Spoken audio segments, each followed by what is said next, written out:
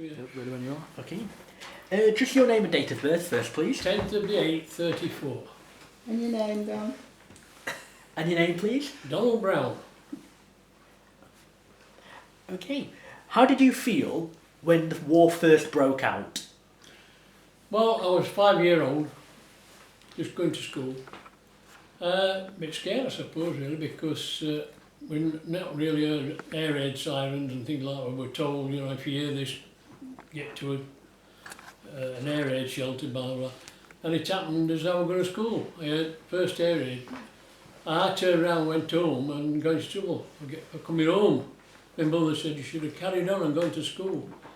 So that was my first experience.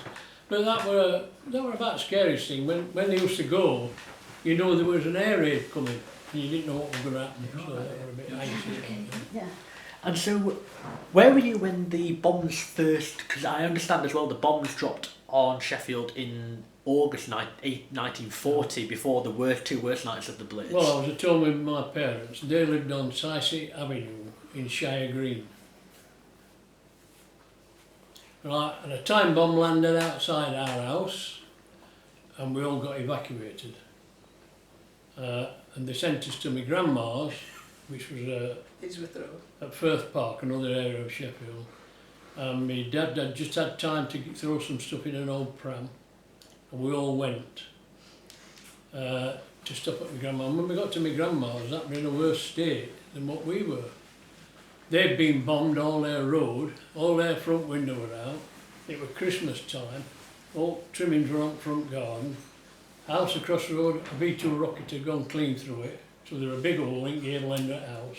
It had gone clean through, and landed in Bowles, what they call Bowlesville Street, blew up and killed them, don't know how many people. So that's where they sent us.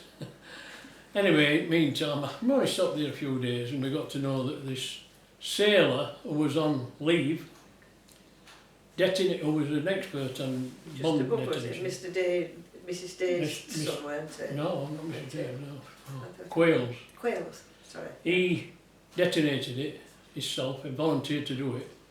Bear in mind everybody had been cleared out, houses were going, everything. He meant army, he detonated it. So then it was safe for us to go back. So we went back home then.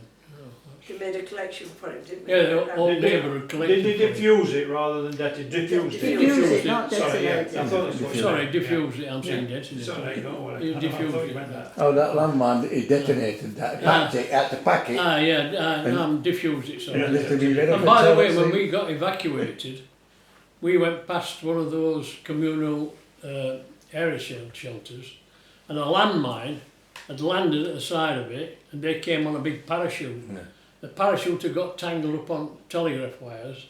The landmine were embedded, probably I don't know how far into the ground, quite a way, and that were all took as far away as that sink from the stair. They say if it had blown up, there would have been nothing found of them people. There actually were about 15, 16 people in area shelters. They would never have found them. They just blown them to Kingdom Come. So they were lucky people. And we had to push pram and everything past that. I can remember looking at it, signs it, I thought, where the hell this thing goes here, you know. But that's part of that story being evacuated now. So I just realised I just noticed I'm not put this in there, sorry. Thank you. Just gonna like tuck that there. Oh. And so And everything dropped in Concord. Well, just to answer his question. And so, how did you feel when on the 12th of December when the first air raid of the Blitz occurred? Well, all I can remember is we all had to, sirens had gone, searchlights were at it, bombers were coming over, you could see them coming over, you could see fighter planes following, and tracer bullets going across the sky. So there were a massive air raid on then, and you could hear all bombs going off, guns going off that were on hills at back of where we lived, you know, the artillery guns. And it was quite scary, I suppose, really, because you didn't know what was going to happen. So that was my first experience of that air raid, big air raid. As Tommy said, there were two real big ones.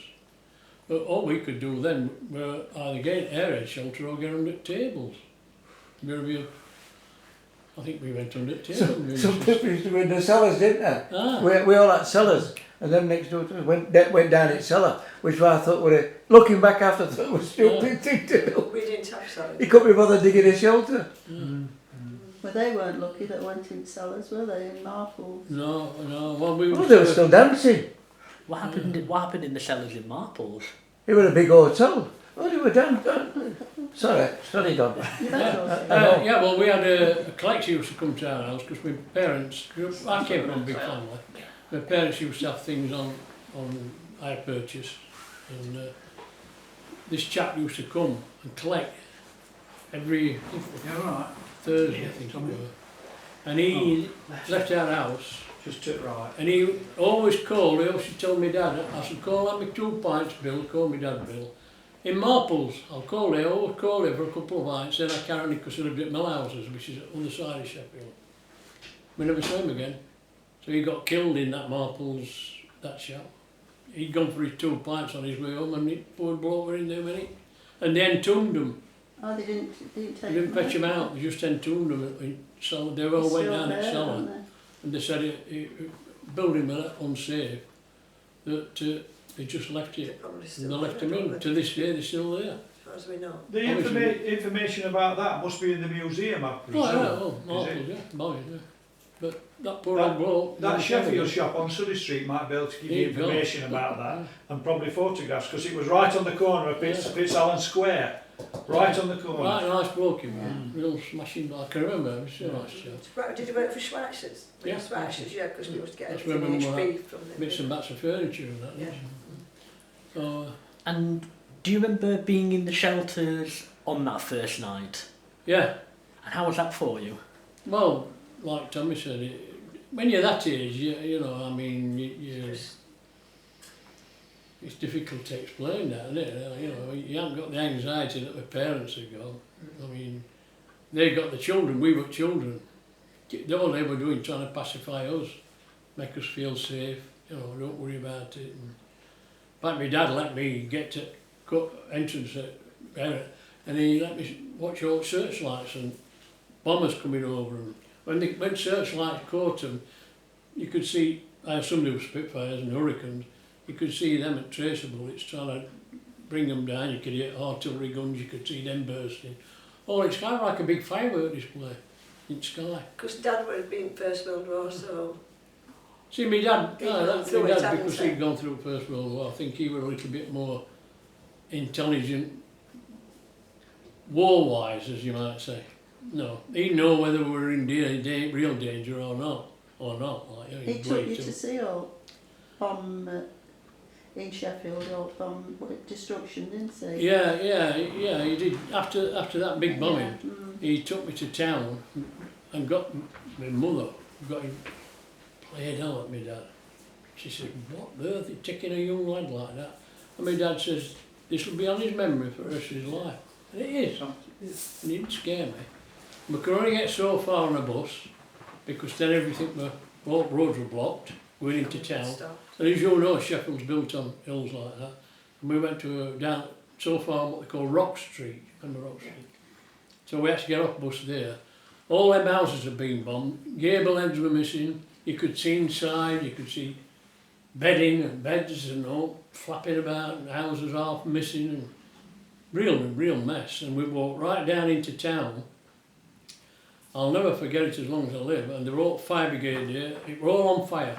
All Sheffield were on fire.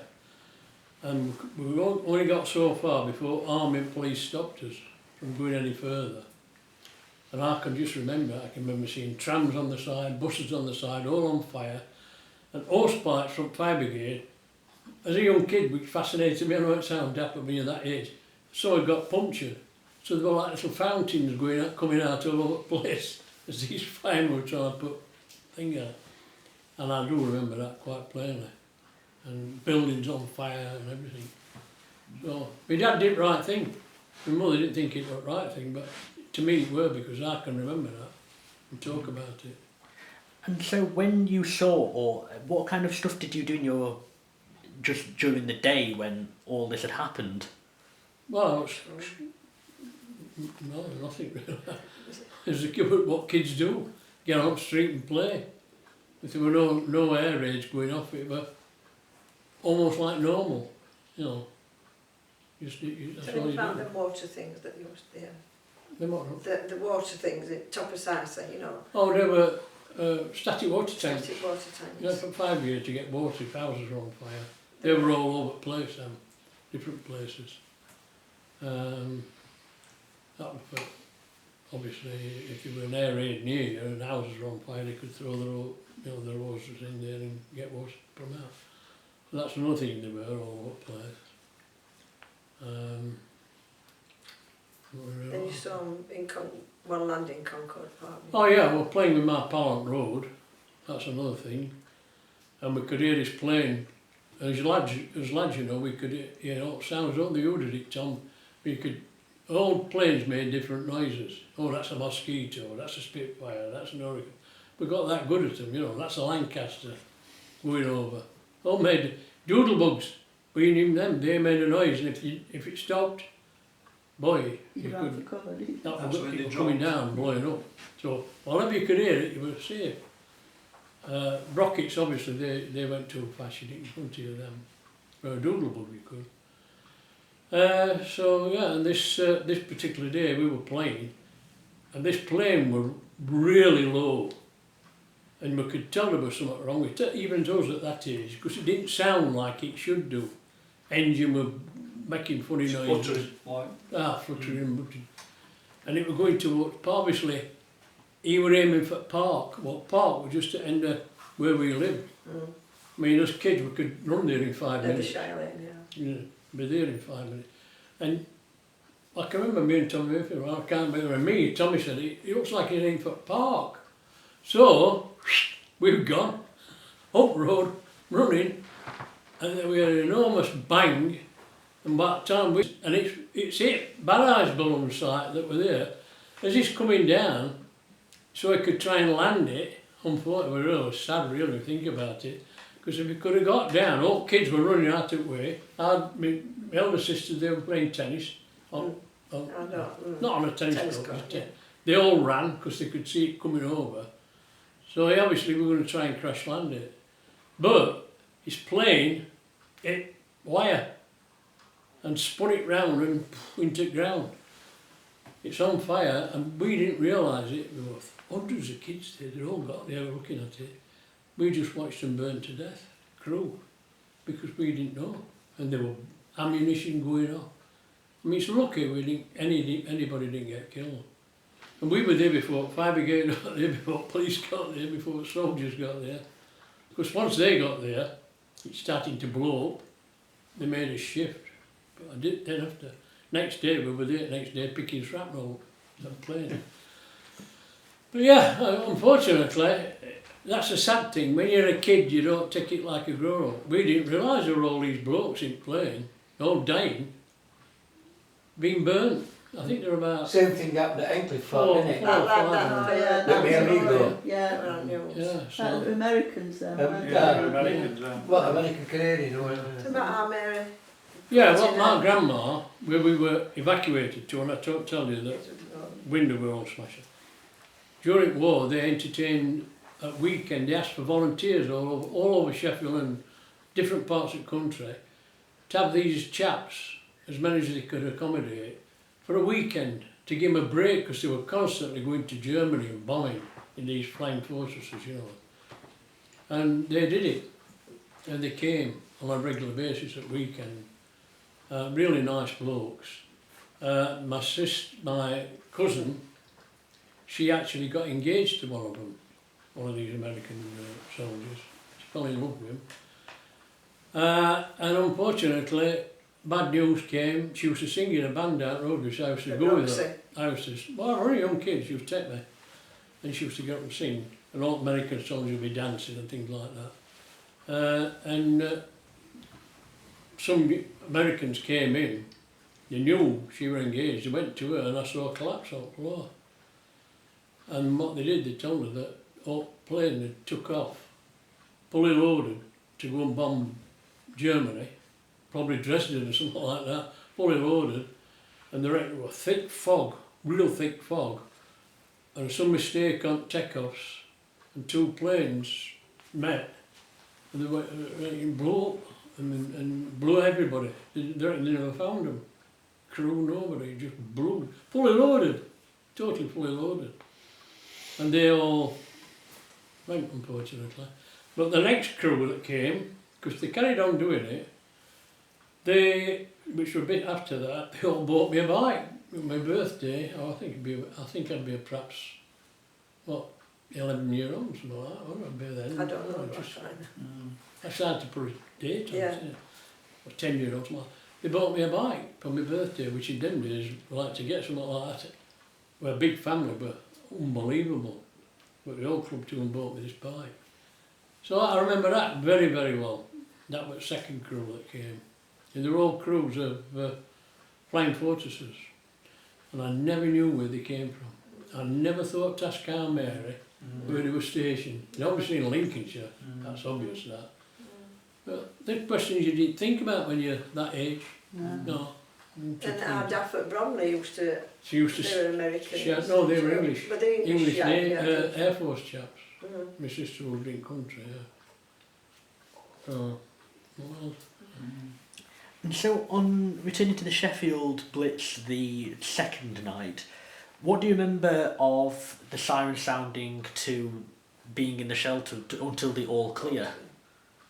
how long you mean? How did you feel, or what did you do when the sirens first started, and then what happened Well, between then and the all clear? When you first hear warning siren, you just get to anywhere where you think it's safe, whether it be a shelter or anywhere, basically. Wherever you are, you've got to get down and under something. That's what we're all told to do. If you were at home, you run into area shelters. They've got area shelters at school as well, Yeah, haven't they? yeah, so At school. that's it, basically. And when you were there, you just thought, well, I have to wait now. You have to wait until you get the all clear, which could be any amount of time, couldn't it, Tom? Sometimes an hour later or I whatever. think it was about 3 hours, wasn't 3 it? hours later, Yeah, yeah. whatever. You wait for this other noise, which was a separate noise, and that were all clear. You could come out and just carry on your life then. And so when the all clear sounded on that Sunday the 15th, what was it like when you came out and saw the aftermath of that second day? Well, you didn't, where we lived, you didn't see the aftermath. I had to get on a bus, because we lived on, although I lived in Sheffield, and we'd have bunk, but we were nowhere near the centre of the city, or where steelworks were. You've got to get on a bus to get to them. So I didn't see any aftermath. Only when we went there. And obviously didn't go that day. And what kind of things did you see when you went to see the aftermath? Well, like I've told you, places on fire, trams on fire, buses on fire, buildings on fire. Horrible, really. How did the city deal with all that devastation? Well, Get on. I mean, all I can tell you is eventually it all got cleared up roads so they could get through. That happens anyway, doesn't it? Even if you watch what's happening in Syria, that what they do is clear up roads, isn't it? So that happens first. But then it was years before they started rebuilding it. Places that were bombed were just derelict, weren't they? I can't remember. For a long, long time. Councils did a lot of work though, didn't they? Councils got Well, we workers. shipped a lot of rubbish and Yeah. that sort of like, but the actual buildings never got to us. Never know. I No, suppose they till haven't after. got money. Yeah. Even councils and government haven't got Yeah, money to water. start rebuilding. Yeah. And so when Sheffield started rebuilding, what sort of things were they doing? Were they rebuilding houses? Were they Well, building new buildings? I think houses must have been pretty well priority to get people back into some sort of dwellings. I can imagine that. Don't forget, I'm only young lad. But I think after that it was a case of who got the priority, what type of building got the priority to be rebuilt. That's about all I They can tell built a you. lot of shops first, I think, didn't they? In town, I think they like. Yeah, I mean, some of the big stores got, but they Ross- took Ross's ages and they to did, yeah. do it, ages and ages. Bombed out sites, were there for, well, when Joan came back, 1954, they hadn't even started then, we had a lot of stuff, rebuilding it. So, pretty grim in that respect. And Sheffield was a dirty place then, don't forget, a massive steel producer, cutlery producer. It weren't a very clean city at all, it was a filth. But one good thing after it was there was plenty of work, a lot of work. Everybody got a good apprenticeship and, you know, all that. When you left school, you were pretty well guaranteed to get a job. Although when I left school, there were a recession on because it was just the end of war, 1948, just the end of war. And I was 14 when I left school. Tommy was 14, Shirley was 14. And I was going to leave school in short trousers. Well, I did leave school in short trousers. And I got a job. And my grandma came to visit us and she said to my mother, "I've got no trousers to start work." She says, "No, I ain't got no money." She says, "Well, you can't start working, it still works in short trousers." And she took me to a store, famous store in Sheffield, and got me 2 pair of grey flannel trousers. So I went from 14 to feeling like 18 when I put these trousers on. But that's just another story, that, you know, that you had to go through. But no, that's absolutely terrific. Thank you very much. Yeah, it's been absolutely fascinating. Thank you. I'm just going to Say that sort Oh, well, yeah, you that's know, right. Tom had to say, Okay. Foxwood Road, remember, going Foxwood Road, that's where it was. Think about it, The yeah. 2 houses either side of Foxwood Road, that's where it was. My dad's mum, Yeah. grandma, Yeah. passed it down to my mother, they This- blent it and yeah. so on. That's all I know about it anyway. So for- Mary, This Because is most of the stuff were were thrown away when I cleared my mother's house out anyway. Ah, okay, So yeah. there weren't as many rooms anyway, but that stayed because Alan wanted it. Okay. the story of the jug. Oh yeah, sorry, one second. Shall we be quiet? For this segment, we just really want to hear the story of the milk jug. So, it's like just from what you know all the way like through the war, etc. Whatever you know about it, really. So we're just going to ask if you're just to kind of take it from the top, and then we can talk and have a conversation afterwards, if that's okay. Yep. Thank you. Right, the story of the jug is that the Mick's grandma and granddad lived on Foxglove Road, and next door to them lived the other lady, which Mrs. we've Adams. forgotten her surname. Mrs. Adams. Mrs. Adams, was it? Yes. And Mrs. Adams lived next door. Now, Mrs. Adams had run out of milk. She hadn't got any milk. So she went next door to Mick's granddad, to Charlie's and Beatrice's, and borrowed a jug full of milk, which was this jug. She took it home, and we're presuming that night there must have been an alarm to get into the shelters. And they were bombed on that area. Now, I don't know why Mick's mum and dad's, well, they probably did get bombed a bit, but the story is that they hadn't got any more pots and things like that, except the milk jug was returned, and the milk jug is still here. So I don't know the story, except that if they hadn't have loaned it to the next door neighbour, they wouldn't have got it back. And this milk jug was handed to 3 generations. to Anne, to 2 generations, yeah, 2 or 3 generations, isn't it? Three. By Mick's mum, she's the only one that told Anne the story. So it So I survived, can't- it It survived, survived By the the war bombings. by lending somebody a jug full of milk because they hadn't got any. And so that jug then, it was lended before the bombing happened. Yes. Yes, it was. She borrowed the milk. She went and asked for some milk because she'd run out, and they filled it with milk and gave it to Betty and Jean's mum. And the day after, they must have had the bombs, but Jean and Betty's must have been all right because the jug survived their house, but it didn't. It couldn't have survived your mum's. Probably if it had been bombed. We don't know really why it was saved in that respect. but it was saved, and here it is. And that's really all I can tell you about it, in one respect, that it's marvellous that it survived the bombing. All in one piece. All in one piece, because they said because she'd loaned it to the lady next door. So we presumed that Mick's grandma and granddad's house did get damaged, and theirs didn't. And that was in the top of Winkerbank, weren't it, on the Flower Estate? Yeah, Vauxhall Flower Estate, yeah. And did any other possessions survive? Well, not as we know of. We only know that this is the thing that Mick's mum handed to our Anne. And even I and Mick didn't know about it till our Anne mentioned it.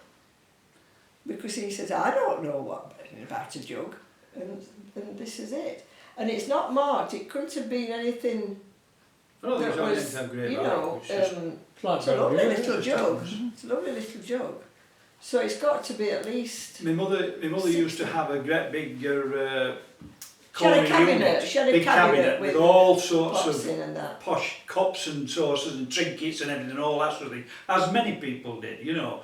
And then when they died and I had to clear it house out, you know, that my mother must have given that to our Anne before she died and everything and what have you. You can have this, because I cleared it all out, you see. And I don't know whether anything was of great value, which I don't think it was. It was just what people had bought and passed it on, you know. But that was the thing, what had happened. It had survived a bombing raid, you know, sort of thing. That's the only story we know about. Because they'd loaned a jug of milk to the next door neighbour. As people did, as Tommy said and Don said and Joe, they used to share everything, you see, and help one another. That's how that happened, you know.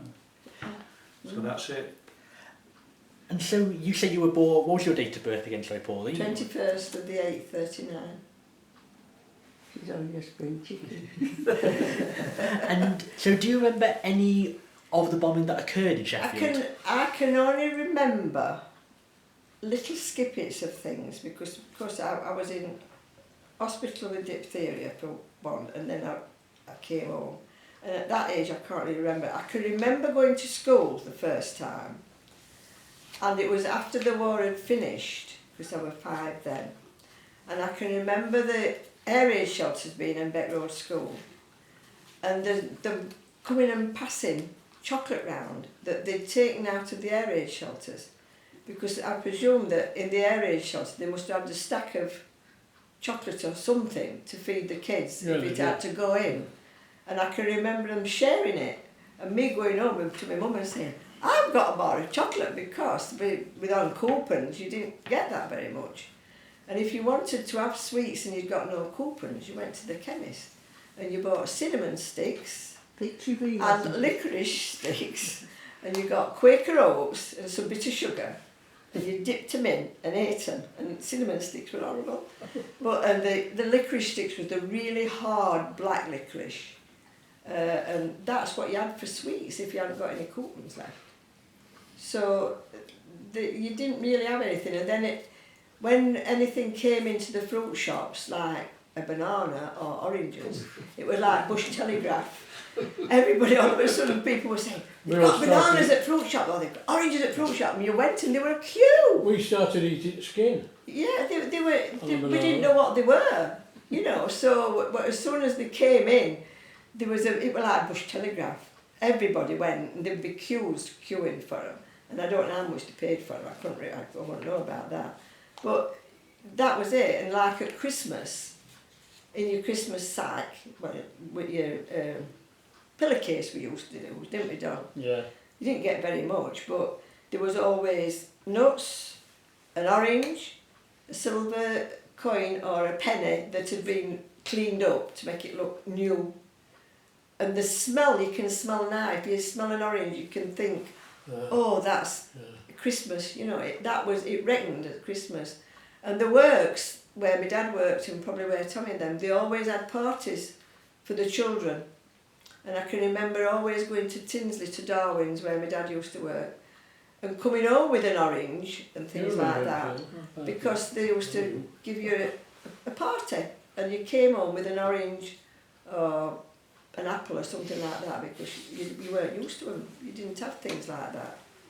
So that was thing, and you always had a bottle of milk at school, a little bottle. There were small bottles of milk. Everybody had a bottle of milk at school, and we had dinners. I can't remember whether we had free dinners or whether it was a shilling. I seem to have got a shilling in my mind somewhere along the line. I think it was means tested, Pauline. Sorry? I think it was means tested, some of that. It probably was. I know. I seem to remember we did get, but shilling sounds a lot. I don't think it must have been a shilling. Now? Yeah, well, 5p now. Yeah. But I think we also when it was scholarship week, because we all took an 11 plus them after they wore this. You still went down for your dinner, even if you were younger and you weren't taking your scholarship. You still went down and had your dinner at school that day, because you were, you could have a dinner. And that was where we were saying we were always had to have a dinner at school. I'm just trying to think what else. Cod liver oil, you used to take cod liver oil. I'd forgot to tell him about it. Yeah. Then we said, when war were on, we had to go to people's houses. We couldn't go to school. Oh, to Yeah. What they call home service. Yeah. You'll have to cut it out, love, won't you? You'll have to cut it out. So, but I can't remember much about the war itself. I can remember putting a Gas mask. gas Oh, mask I on hated once them or gas twice, masks. but they smelled horrible then. Yeah. And I can remember coming home one day and my dad were in the house, and I don't know whether this was before, it must have been after war. And he was mending his shoes, he was putting segs in his shoes, and I've never seen my dad at home before, and I think they must have had a strike. I think they was on strike, because Well, I said, it I can was just surprising to I see can him remember there. me, my dad and I all being on strike at the same time. Yeah, well after war, I know, but I can remember coming home and thinking, what are you doing at home, Dad? You were never at home. Well, I'd probably be about 15 or 16 years old. So I'd be about Our 8, Bill was on strike, I 9, was on strike, my wasn't dad was on Because strike. my brother was in the First World War, my eldest brother. But I don't know where, did he go abroad? Germany. He went to Germany, Yeah. did he? Tank driver, weren't it? Tank driver. No, I drove these big, huge lorries. He could drive when he came out, Yeah, he didn't have to take a test or engineers anything. used to put Yeah, bridges up engineers, and all that kind of thing. He married the park where they had the barrage balloons. He met his girlfriend there. She was from Norwich, and she stopped up in Sheffield. Like Joan, she swapped her area and came and lived with my mum. I don't know how many were in the house. There were thousands of us in the house. It's a big crowd. And we squashed together in beds. Yeah, we and did, didn't we? top to toe. Twins were born and they were in a cot head to toe. And we're just one of them, how you lived. They don't know nowadays, really. They've got everything, haven't they, kind of thing. But you just went with that. You didn't think anything about it. You'd not got anything. You hadn't got toys. Your friends might have skates and you didn't. They might have had a bike and you didn't, but you didn't bother. He used to take us a walk on Sundays down Ecclesfield, and he used to call at this man's house, Mr. Purdy's house. I never knew, but I realised since that my mother used to get things on HP, and my dad must have gone and paid him on a Sundays for what she owed him. And then he'd walk us back, drop us off at Sunday school at church down the road, and then he'd go home. It wasn't a Sunday dinner at our house, it was jacket potatoes done in the oven next to the fire, salad. Sunday dinner was on a Saturday dinner time, wasn't it? Always on a Saturday. I don't know why. Used to take us But all my mum's day, Sundays, We're a day of it rest. was her day of used rest. to take us all for a walk, wasn't But everybody used to descend. My aunties used to come, didn't they? And everybody used to come. And then at light nights, they'd all go walk to Ecclesfield, all have a drink, and kids used to have the bags of crisps that's not got salt on and little in the blue pack. Did you know that? No. You got your In a crisps, little plain crisps, screw. and the salt was in a little blue pack screw. Yeah. And you had to put your Salt salt in your crisps Salted it, and shove your bag up. So and shake, yeah. Yeah, that's Shake your that's bag. how it was. Shake your bag. Yeah, and then nibbits come in, nibbits, when did they come in a bit? What? But I can't remember. Nibbits or something. Nibbits. Nibbits, they were little licorice Licorice pellets, weren't That they? were them little licorice things. They were a bit later then. But I can't really, as I say, Okay, yeah, that's I can't really Yeah. remember anything really about the It's war. been- As I say, I can remember the shelters being still there It's at been- school and not having electricity at school to learn how to iron, but you had to learn how to iron, how to wash, how to go down the yard and put your sheets, how to hang your sheets out on a line properly, how to hang your shirts up, how to starch your white collars, how to make a stew, how to sew, and that, you know, and that were right up, you know. Unfortunately, the That's- battery on this, yeah, this it's camera alright, is don't worry, don't worry, running we quite just- low. We just Uh, got, That's it, it's time. Before we do go though, I would like to ask just one more time, just maybe from the top, just the story from the beginning to the end of the milk jug, if that's all right. Just from everything you know from the beginning to the end of it. Don't worry. Clap about. Apart from knowing where I was when actual war broke out, that was in Norfolk, and this nurse saying, "No, we're going to have to stop in for duration. It'll not take long." It did take long. But however, coming back to a couple of quick stories at home in Darn. Sheffield. One night, when they had a blitz, there were 2 bombs fell. One was a landmine, what they used to call parachute mines, and one was a time bomb. And the time bomb landed at a petrol station, British petrol station on Surrey Road, right? And the landmine landed only 50 yards away from our shelter on Colford Road, right? And they were unexploded, but all the people got evacuated to Donald Boat School, which wasn't a school then, it was an ARP shelter on Main Road, you know, down near Salvation Army. yeah. And so we all got evacuated to there. Now then, like remember, only about 7 or 8 at the time. Old man Bridges, he got some navvies to dig down and the bomb disposal unit managed to stop that time bomb going up because it was right near petrol tanks. And when I went down, well, we went down, there were bottles, empty bottles, beer bottles, where he got beer down them and it hit roof and deflected and went something like about 10 foot down in ground, this, and they worked all through night and dug it out. Now then, the landmine, which landed another 50 yards from our house, on another way, they had to detonate that. Well, this particular time, surely not story, I remember I went to the toilet outside, which I had to then, you know, sat there, and suddenly an almighty whoom, and it lifted me off at sea. No, when they detonated that one, I wasn't very pleased about it. If I didn't want to go before, I did then. We also on Greenland Road, I'm talking about them, they had a balloon barrage and they had what they call a decontamination centre, where if they did use gas, or we went and you had to get in and get showered and all that. And if you go down Greenland Road now, there's all factories there now, but it used to be farm fields at back there and all that, you know. But we got worse on it at our end on the Sunday, the 15th of December 1940. The first Blitz did more or less top end of Sheffield. And the story goes, that the story goes that there were that much mist that night, he missed Hatfields and thingy. So when he got so far, he had to drop his bomb, which a lot were incendiaries. And when we looked through ARP shelter door, they were just, it were all red, sky were all red, because they were all on fire. All around it. Middle of Sheffield burning, Marple's got bombed, Sam's got bombed. In fact, I think a big storm came out at Wicker Railway Arch, didn't it? Yeah. That, a bomb went through that. Don't forget, tell him what Hatfields were, that was a steel factory. Oh well, Hatfields were all steelworks, you know, down at running from Sheffield to Rotherham, and they used to make munitions of it. They used to make shells that had pierced one metal.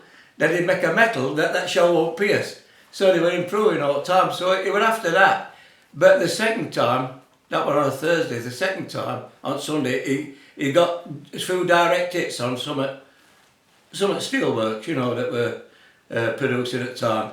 But they soon got them back. I mean, my father worked at Brown Bailey's, and he worked with Ashmore, Benson and Peace to get oak roofing back up and, you know, to get producing all the time. You know, they worked all through night to repair damage that were done. This is what they had to do.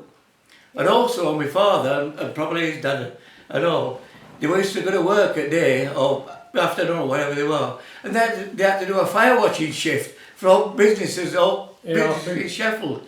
I'd go and see if there were a fire alert so they could, you know, get out at fire service and all that to put fires out. Especially up furniture shops and that up, because there are a lot of Jewish businesses in Sheffield at the time, and they used to go and wait for, see if there's any fire going to go off. You know, it's, that were on top of their own work. Incendiary bombs. Pardon? Incendiary bombs. Oh, incendiary bombs. Oh, they used to drop sticks and sticks and sticks of them because they used to light the whole place up. That's what lit Sheffield up that night. Yeah. That's what made burnt buildings. Yeah. Yeah. What was it like seeing all these fires? Well, we were in shelter. It were only went shelter the open sky were red. That's all. When it was aftermath when you went round next day, you know. But as kids, our big joy was going around and collecting shrapnel with bombs and burnt.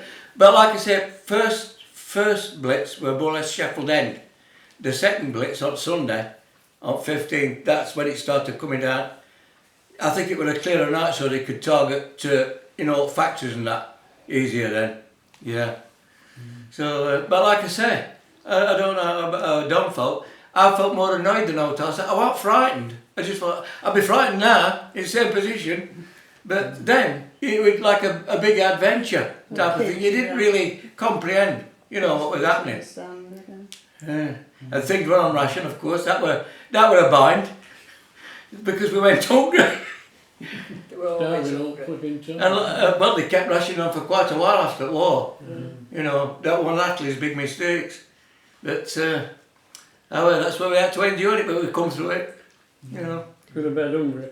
There's probably several other things I could rake up, but I'll give somebody else a chance. One of the things I wanted to ask was, what was it like hearing about the tragedy or the loss that Sheffield had? How did that impact on you? Well, the funny thing is, schools used to shut down a bit. I don't know if you had it. You used to have home services where somebody let their house out, and teacher used to come in, so you got a few houses.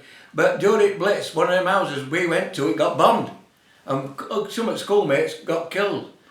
But as young as you felt, oh, sorry for it, but you got on with life. You know, it just didn't affect you like it would when you get older, because they weren't like really close relationships. You know, they were schoolmates, but one or two got killed. And another funny thing is, do you remember somebody called Stan Boardman? He used to talk about the Germans bombed our Chippy in Liverpool. The Germans bombed our Chippy. Yeah. Well, they didn't bomb our Chippy, but they killed the people that owned it. People called Armstrongs. And remember when we went down to that supper that time, their names were on that wall. Yeah, they were. Because Banners down in Attercliff, they had a little memorial, like old things. What you'll be interested in. In fact, they had a silhouette, didn't they, at Blitz, they're all fires burning. You know, and all the names of people that got killed in Attercliff and Darnell were on that list. And our chip chop owner was on it. And did you ever experience or see any of the homelessness that the Blitz caused? No, because people took people in. Yeah. You know. I can't recall anybody walking streets or not like that. They got took in. Everybody else. Yeah. And so, in fact, they used to bill it. Some of the soldiers that came over from Dunkirk, some were billeted in houses in our street. And they brought them up, and my mum says, go and tell them we can take two, you know, for attic and all that. But they already got names down. So soldiers were billeted, but I never personally, don't forget, only 7 and 8 those that time. So you weren't looking for homelessness, but I never recalled any. Oh. They all got took in with relatives. You live like an extended family. and so after the Blitz, but before the war ended, what was it like to live in Sheffield at the time? It was a bit difficult. You couldn't get, like kids, you couldn't get everything you wanted. Christmases were a bit sparse, you know. There was no money knocking about. father going to work, doing the shifts and all that, it still works.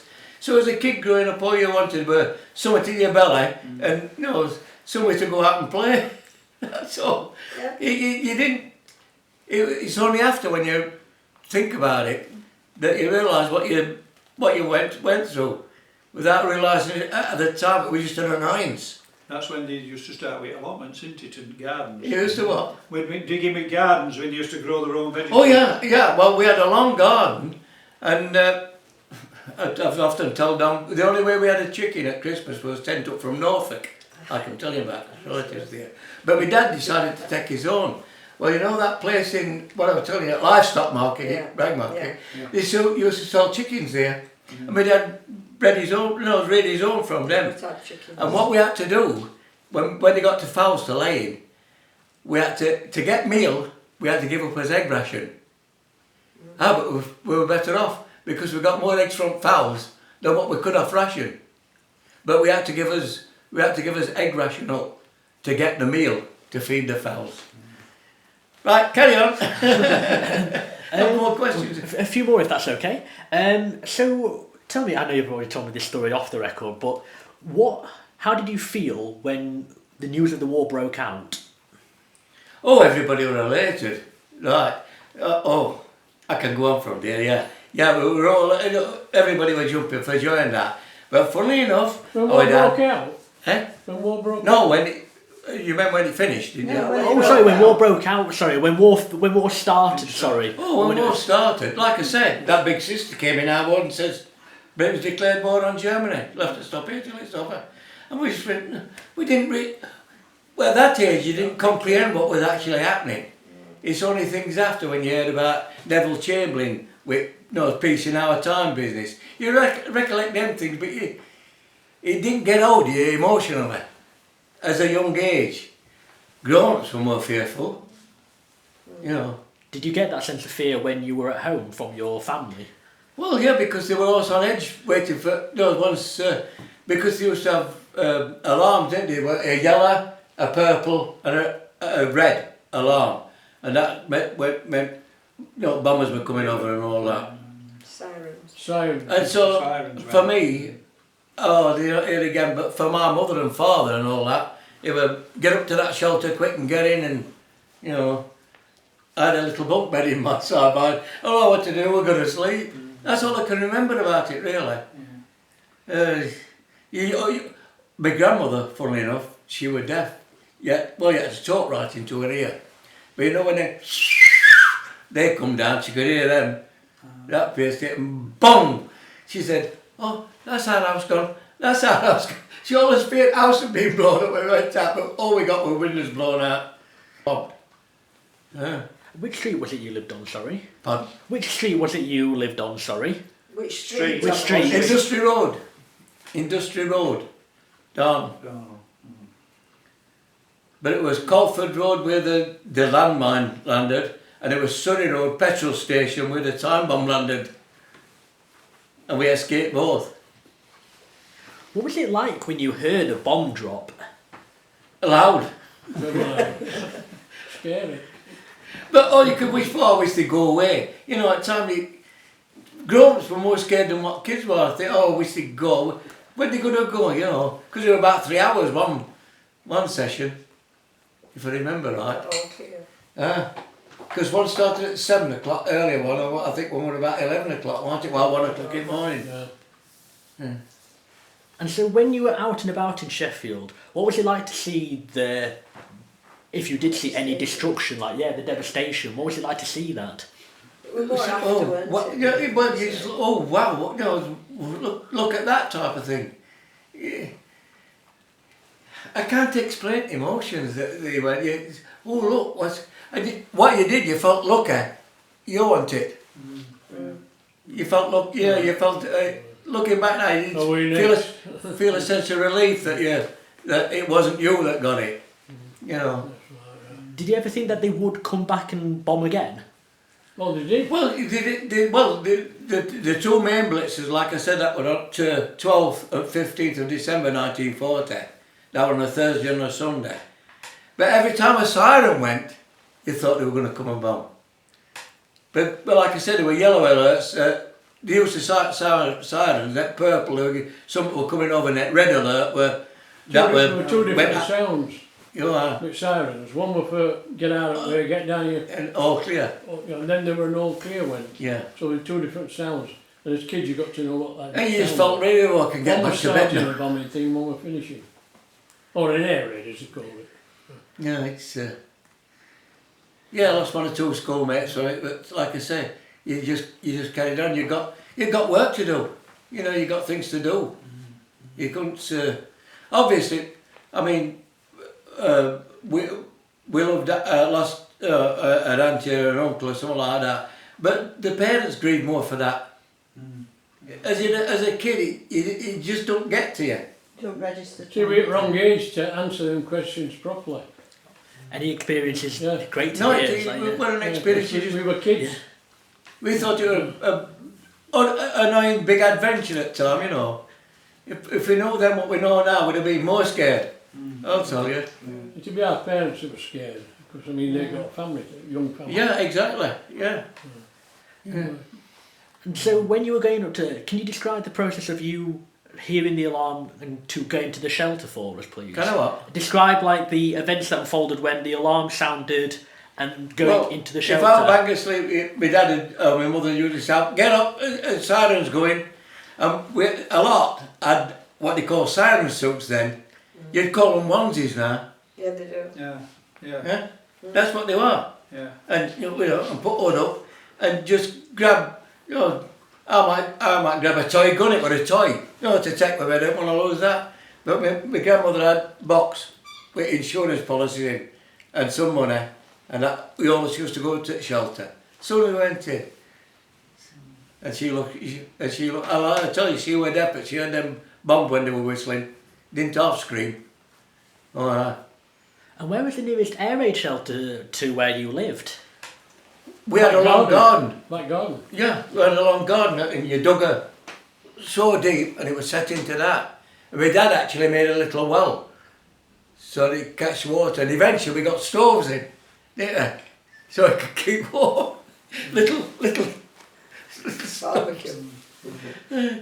And what kind of activities did you do when you were in the shelter? Just sit there and wait and hope for the best. Yeah. Listening for planes and... Because there were no lights, Some- was if there? it- No lights. If you, couldn't have a- oh no, there were no lights. No lights. You could take a hurricane lamp up with you, but you know, you got to be careful. You don't have to be shut out like that, but we never lit it. You know, we just used to lay there for 2 or 3 hours and sit through it. It's hard to describe it. It was inconvenient as a youngster. You know, it just... But like I said, it was being hungry that were one at hungry all the time. one at main thing, but rations being on. They used to have shelters at home and also at the end of streets, didn't they? Well, but they were brick built with concrete tops. Yeah, that's Yeah. you might want to know that. And that's one of them our chippy owners got. They were bombed. communal ones, Yeah. they were for each family. Our community, what they That's call if you were community caught shelters. out, Yeah, I know. you couldn't get home, you up for a communal one and getting that. Yeah. They were And somebody might have a sing-song in there, tell jokes, in dark light, and there was also an ARP warden who had a water ration, just in case you know, dehydrated a bit.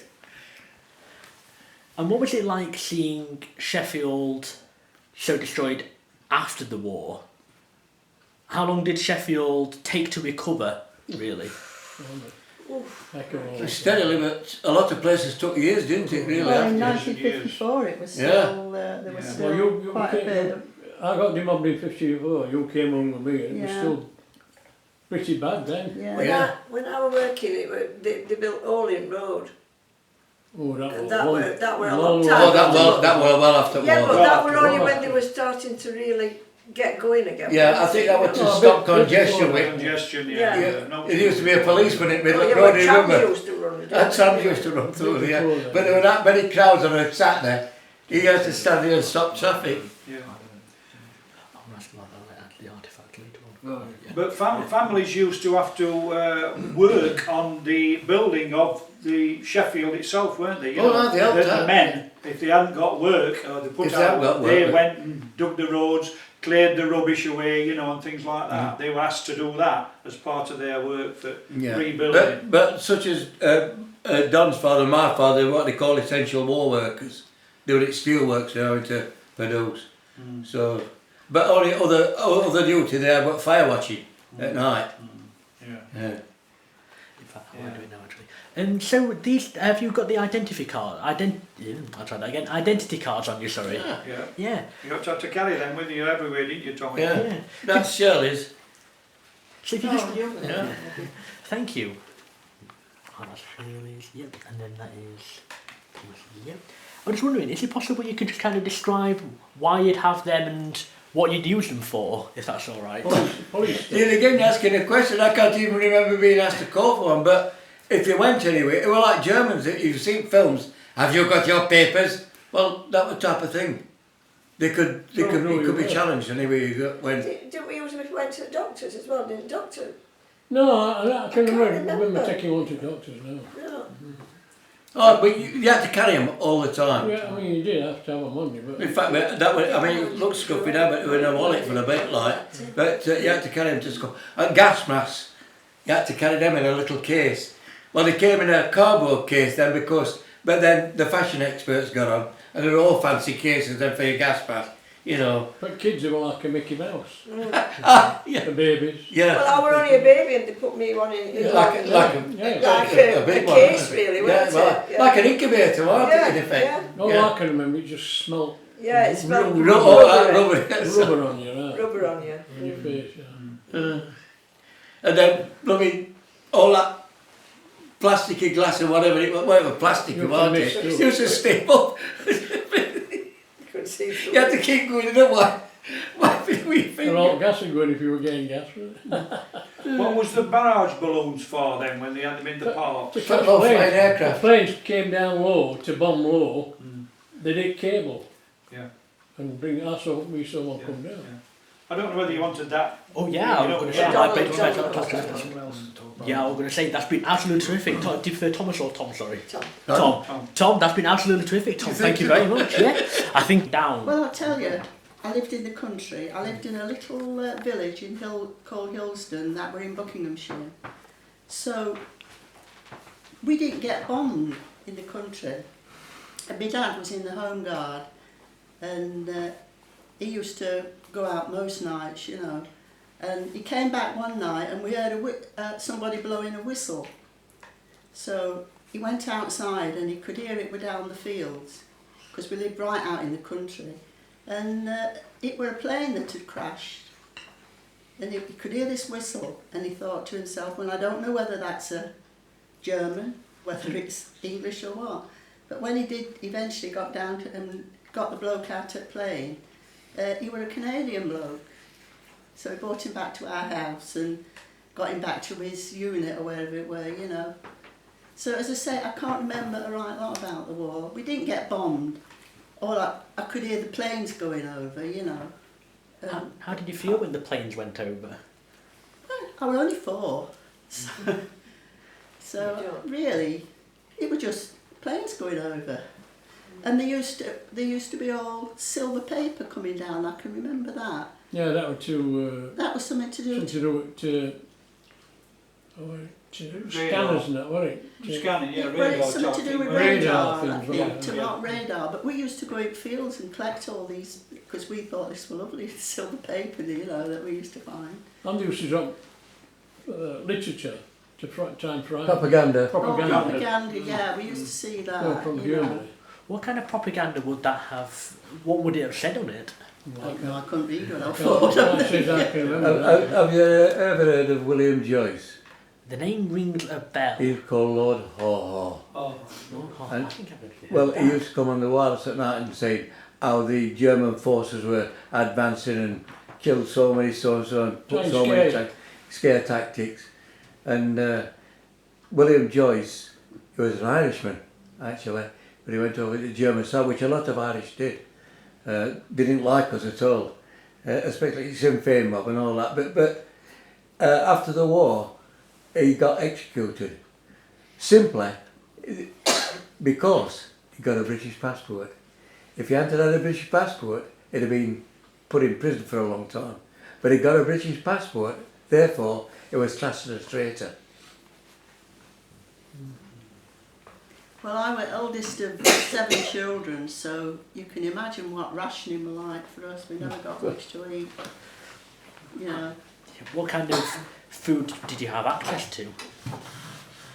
Well, my dad were a farm labourer, so we got all our milk free because my dad could snare rabbits. I know we were brought up on rabbit stew. You know, he could trap rabbits for my mum to cook. But we all, as Don says, we were always hungry. Always hungry. We used to scrumping apples. Pinching apples off of somebody's tree. Scrumpy. Anything that went in your mouth, really, wasn't it? Yeah. Basically, were bread, sugar, butter, tea. Sweets, you had to have Oh, a sweet. ration book for sweets. For You know, sweets, you only yeah. got so many sweets in a week, you know, with the ration. And same with clothes. You had clothing coupons. Clothing coupons. You know, you couldn't just buy clothes willy-nilly. You had to produce clothing coupons. But I met Don when he was in the army. He was stationed when he was doing his national service, his 2 years.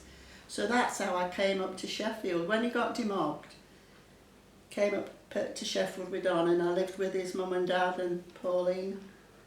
Oh, don't cut Tom Collins at all. Until Don's mum said, "It's about time you two got married. You can't be living in the same house, you know." Not married. So we did get married. But when I first come to Sheffield, I can remember all buildings that had been bombed. And what year was that, And sorry? That was for 1954. 1954. Yeah. And so what was Sheffield like in 1954? Not a lot like it is today, is it? It were just Mucky. But it really dirty and just bombed buildings. smelly. went to, The yeah. first thing I thought when I got off at train at Midland Station were the hops, you know, for the beer, Yeah. because they used to brew Yeah, beers. brewing. in the Texas Texas were Yeah, in brewer, Wicker, yeah. And I thought, flipping heck, what have I come to? You know? Living in the country, you didn't get all them sort of smells, you know. There was a lot of what they call smog about then and all, when all factories were belching smoke Yeah. out. And if you got a cold spell out top holding it down. You couldn't put your washing out, could you? If they're No. covered in No. smut. So that's about all I can tell you, really. As I say, we're living in the country. I didn't experience all the bombing and that Don and Tom and Pauline experienced.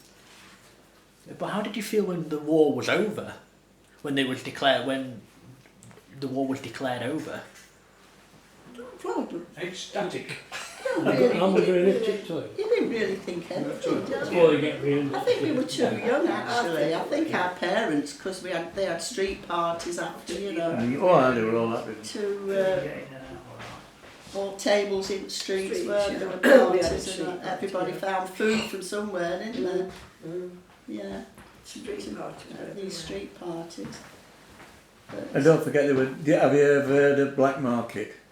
Yes. oh, There was yeah. some of that going Yeah, on. they'd have plenty of stuff stashed away. If you got money, you got stuff. Yeah. But that's about all I can remember. The same my dad were in the Home Guard because he were exempt from going to war for being a farm worker, you know, same as in steelworks. They were necessary. Somebody got to milk the cows and look after the pigs and what have you, hadn't they, you know. What kind of stuff would your dad have done in the Home Guard? Well, I think, do you know, I don't really know what he did. Well, you've seen Dad's army. Dad's Army, have Army, you? yeah. That's it. Oh, so it'd have been... It'd be He's fire got watching. a uniform. Yeah, some had rifles and that. Yeah, guns. Yeah. Whether they got any ammunition for them, we don't know. But they had the Enfield rifles. Yeah, they had a uniform, didn't they, and everything. Yeah.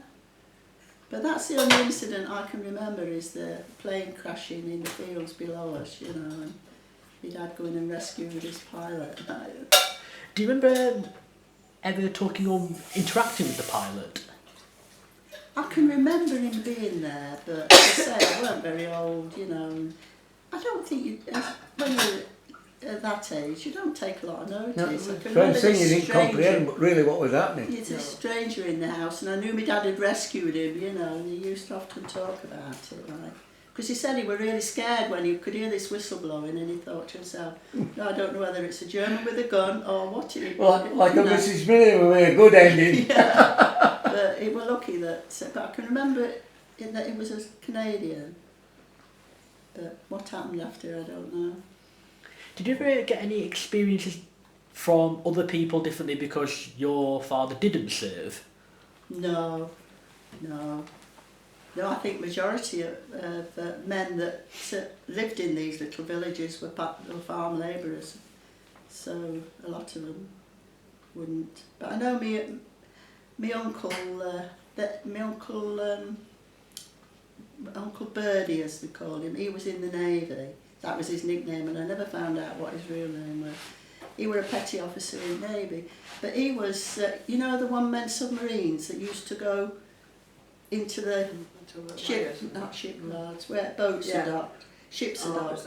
He used to go through nets and plant bombs Magnetic mines. underneath on the hulls of the ship, and they got to get back and find the same hole that they got into through in these little two-man submarines, and that affected his heart, you know, because being on this, being submerged all that time.